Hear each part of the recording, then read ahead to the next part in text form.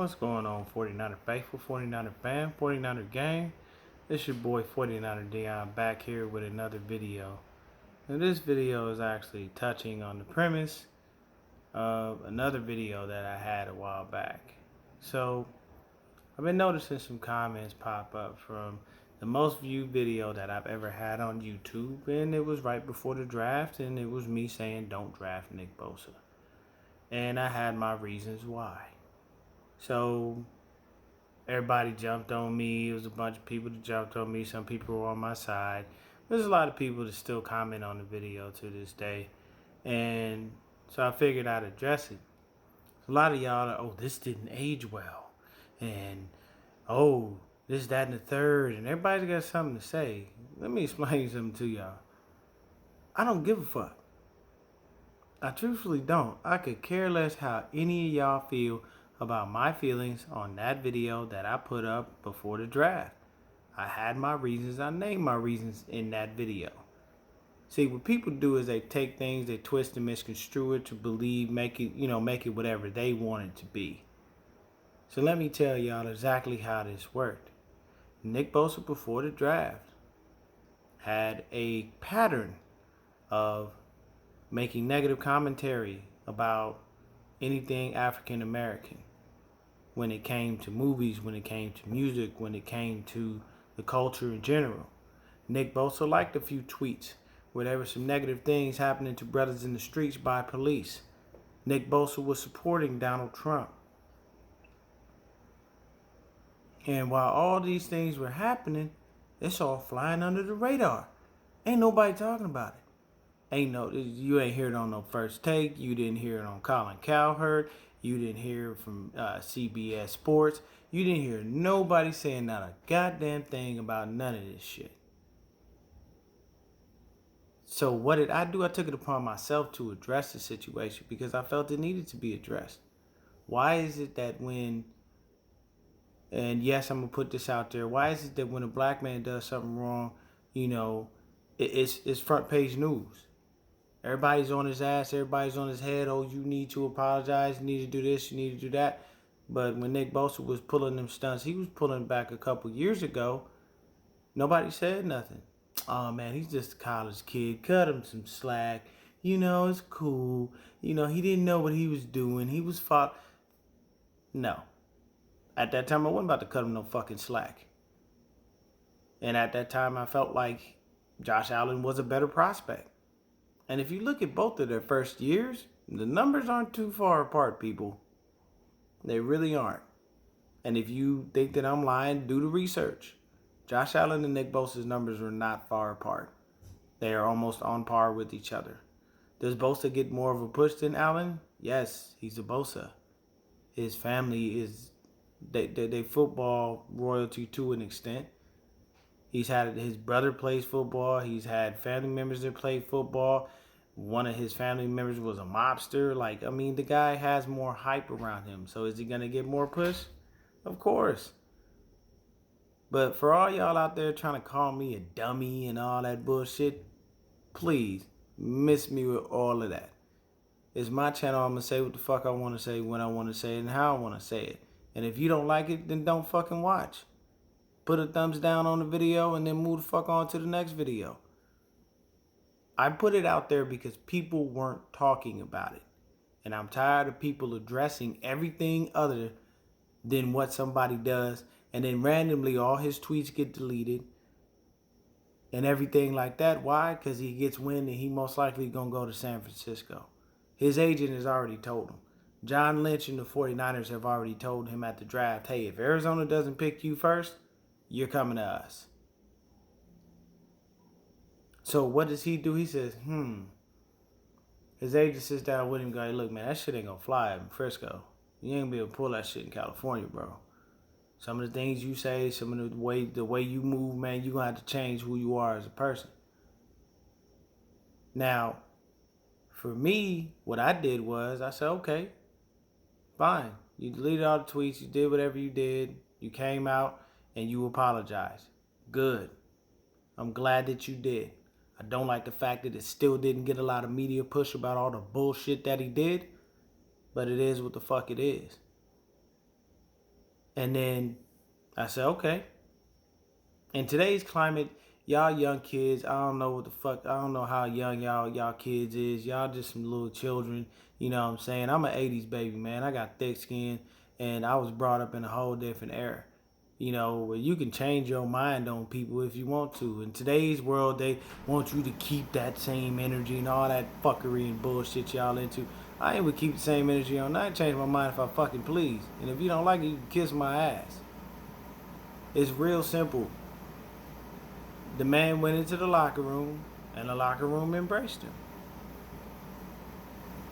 I felt it my duty as a fan and as someone who has a passion to report on sports and report on the 49ers and love my team the way that I do, that I should make sure that everybody knows everything about everyone. And see, all y'all a lot of people jump down my throat because y'all was saying, oh, you don't want to draft a person based on their political views. You don't think you have Trump supporters on the squad. Let me explain something to you. I know George Kittle is a staunch Trump supporter. Have you ever seen George Kittle talk shit about black people? Have you ever seen George Kittle liking something when a black man gets arrested? Have you ever seen George Kittle put anything out there actually even showing that he really supports Trump? No. You wouldn't know it unless you really, really dug down deep for it. So, did I go too far in my video? Nope. Did I say what I wanted to say and did I get my point across? Yep. Do I care how y'all really feel? Not one fucking bit. So everybody who continues to comment on that old ass video, you go right the fuck ahead. Am I happy that the man came into the locker room? He was accepted? Yes. You know why? Because I trust people in that locker room. You have a Richard Sherman. You had a DeForest Buckner. You have certain people in that locker room that wasn't going to let that bullshit fly if you came in there acting a fucking fool. So you know what I did? I said, all right, let me see how the locker room received me. If I hear anything negative, you know what I'm saying, from some of these players, then yeah. All these deleted tweets and all that apology, all that shit would have been fake. But I didn't. All the players said they loved him. It's water under the bridge. They moved on. The man had a fantastic rookie year. He did great things for us. Helped us, push through to a Super Bowl. And I'm proud of him. And I'm glad that he did great for us. I can have a negative opinion of someone and then change my mind to that opinion being positive. But I'm not stupid and it didn't age with all that fuckery y'all put on my damn shit. The people that put that up are the ones who are stupid. Because what you don't realize is your negative outlook on someone can be changed once you give that person a chance. I didn't give Nick Bosa a chance because I didn't want to in the beginning. Because of all the things that I saw. I saw a lot of negative things. And my thing is, you in a league that's 70 to 80% black. You gonna you gonna talk down on the culture. You gonna like when black men get arrested. You gonna praise open fucking racist. But I'm supposed to be okay with that. And I'm black. Did y'all really think before any of y'all even put a fucking comment? Probably not. Y'all just automatically just jumped on it and was like, ooh, this is drama. This is something else. I done put up more videos on my channel that have way more in-depth and better things than just that video. But it's my most viewed video because people like drama. It's pathetic that people like drama, but it is what it is. But for me, I can give two fucks how y'all feel. I just wanted to address that. Y'all can comment on that shit till the day I die. I will not take the video down. I'm not going to remove it, and I'm not going to run from it. I ain't no chump. I'm not no punk. I ain't finna be deleting shit and, how people go back and delete tweets. And I'm not going to apologize for how I felt at that fucking time. That's how I felt. Do I feel like he's a part of the squad now? Do I feel like he's a great player? Do I feel like he's made strides and he's a changed person? From what I've seen so far, yes, he is a changed man. So has my opinion been changed of him? Yes, I've seen the things that I feel I need to go ahead and accept, and that is perfectly fine with me. I do like him as a player, and he seems to be a pretty cool person. He's very quiet. He doesn't really speak much, and he speaks extremely softly when he does. His play is louder than his voice. So that's fine for me. Am I happy that he's on the squad? Yeah, good. It's fine. Would I have been happy if we drafted Josh Allen still? Yes, because the numbers are still very close. It's damn near the same. And Josh Allen did a great fucking job for the Jaguars. He would have done a great fucking job for us. So, in closing, I'm just going to say, continue to comment on the video all you want. Continue to say little snarky remarks and little dumb shit that you want to say. And by all means, have fun. Go right the fuck ahead. If y'all want to address me about that, at SwiftD on Twitter, at 49erDeon on Instagram. Y'all can catch me on any social media platform that you want, and I will have an open dialogue with you because I'm a grown-ass man and I know how to talk to people. I don't go and jump in people's comments and be on some bullshit and then be like, oh, I don't want to say nothing to that person. You know, I don't want to hear them out. I don't want to understand their reasoning behind it. I'm just going to call them stupid. Because, look, he came in and balled out. You know, what if he came in and stuck up the joint? Would I have been right? What if he came in and wound up being injured for the whole fucking year? Would that have made me right? Nah. Y'all would have still dick rolled Nick Bosa the way that y'all are now. And y'all would have been like, man, he's still going to be great. You know, it's just injuries happen. There'd have been every fucking excuse in the book for that bullshit. I can guarantee you. Period, point blank, has my opinion changed of the man? Yes. The players support him. The team supports him. He's done a good job for the franchise. I've seen nothing from him that shows that he has went back to the person that he was before he came to the 49ers and before all the shit he was doing was swept under the rug and the media decided to neglect it. But they can jump on every fucking black man under the sun for anything he says. You hear what Deshaun Jackson said about the Jewish people? That shit was on First Take. You hear how Steven Jackson came to his defense? That was on First Take. Did you see that Nick Cannon got fired from Viacom for the things he said? That was front page news. And a buddy of mine, shout out to my boy Chris, he put up a great post on Facebook. Do you know that most of the people that run the companies for music are Jewish? Most of the labels that a lot of African American people rap on and sing on are owned by Jewish people. And I'm just going to leave that right there. That's just food for thought.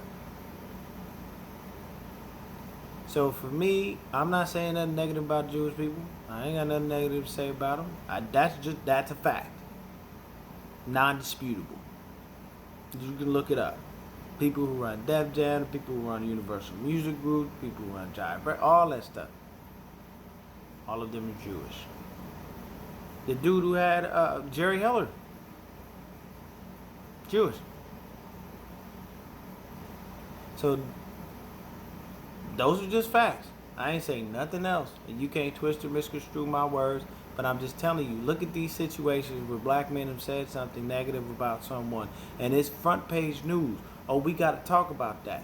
But Nick Bosa could do the things that he did at that time and nobody said anything.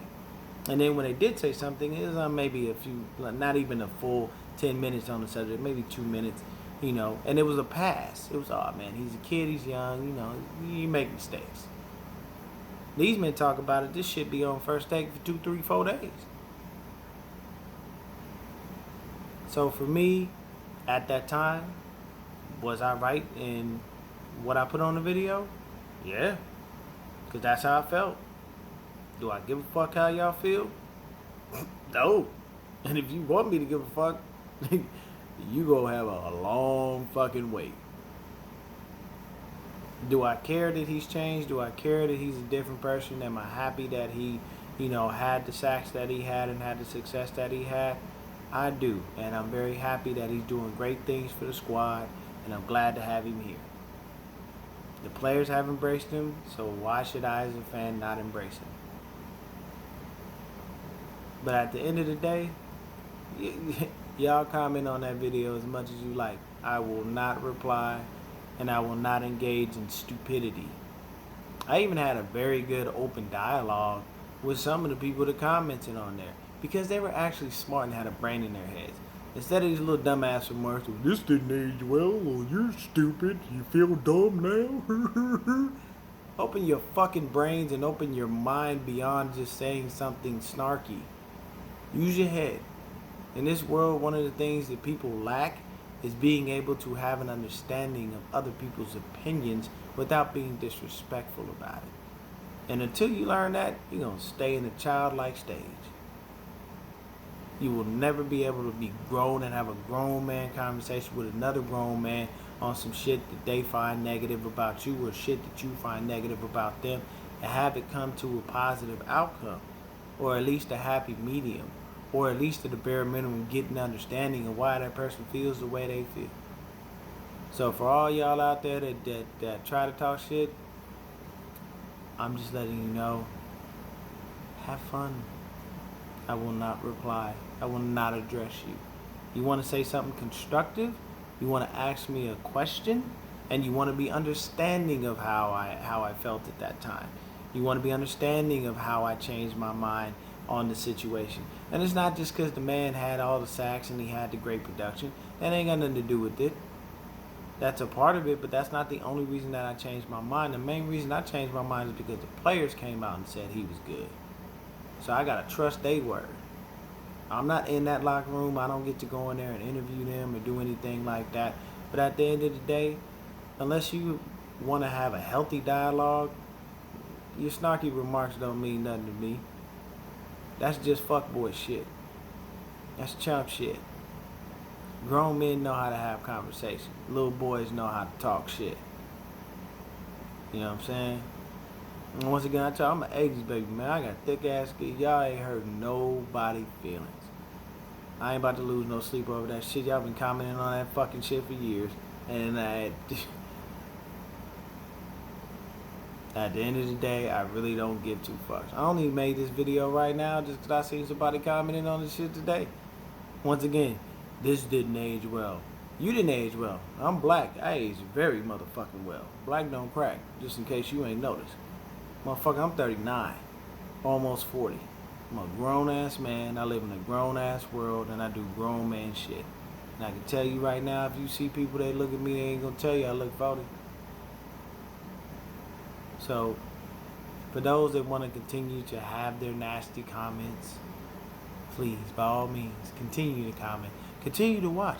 Hey, while you at it, hit the like and subscribe button if you so choose. If you're a real 49er fan, you'll do that. You know why? Because I give you great content and I give you nothing but the truth. And everything that I tell you is on First Take and Get Up and all the little ESPNs and NFL networks, all the shit that they say and I say on my channel. I have the open ability to be more real and more raw with it because I don't have FCC airwaves telling me shit and I don't have, other people trying to control me or control the narrative. It's my channel, so I can say what I want. But at the end of the day, I'm still a Niner fan. I'm still a Niner faithful. I will always support my team. And I will continue to give great content. Y'all have yourselves a good evening.